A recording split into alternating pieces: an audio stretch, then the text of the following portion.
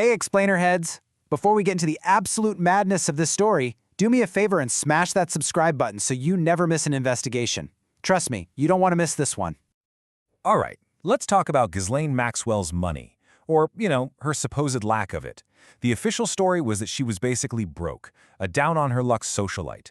But oh man, the numbers tell a completely different, absolutely wild story. Okay, for starters, a $15 million townhouse in New York City. Yeah, because that's what broke people own, right? And then there's the small matter of over $20 million zipping back and forth between her bank accounts and Jeffrey Epstein's. Just pocket change, I guess. Totally normal. Oh, and let's not forget the place where they finally caught up with her. It wasn't some cheap motel. Nope. It was a secret $2.5 million estate in New Hampshire. The perfect little hideaway for a broke person. So, this is the big question, isn't it? For someone who was supposedly broke, where in the world did all this cash come from? Because it sure didn't just fall from the sky. To figure this out, you really need to understand the three main players in this whole financial mystery. All right, first up, player number one, the heiress herself, Ghislaine Maxwell. So she goes from this broke socialite persona to suddenly owning a whole bunch of mansions. How does that happen? Let's check out the financials. I mean, look at this $13 million New York townhouse, a $2 million spot in London, and not one, not two, but over 15 different bank accounts. And get this, some of those accounts had balances of over $20 million. All this while she was telling everyone she had nothing. It's just, wow. Okay, on to player two, the money man, Jeffrey Epstein. Now, Epstein wasn't just her boyfriend. He had, let's call it a special set of skills. He was an expert at helping super rich people make their money vanish. And here's where it gets really important. He's the one who bought Ghislaine that New York home.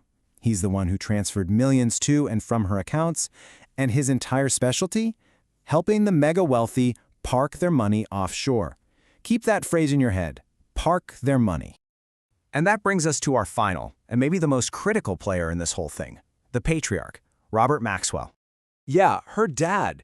He was this larger-than-life media tycoon who, well, he mysteriously died, and his death blew the lid off a massive secret.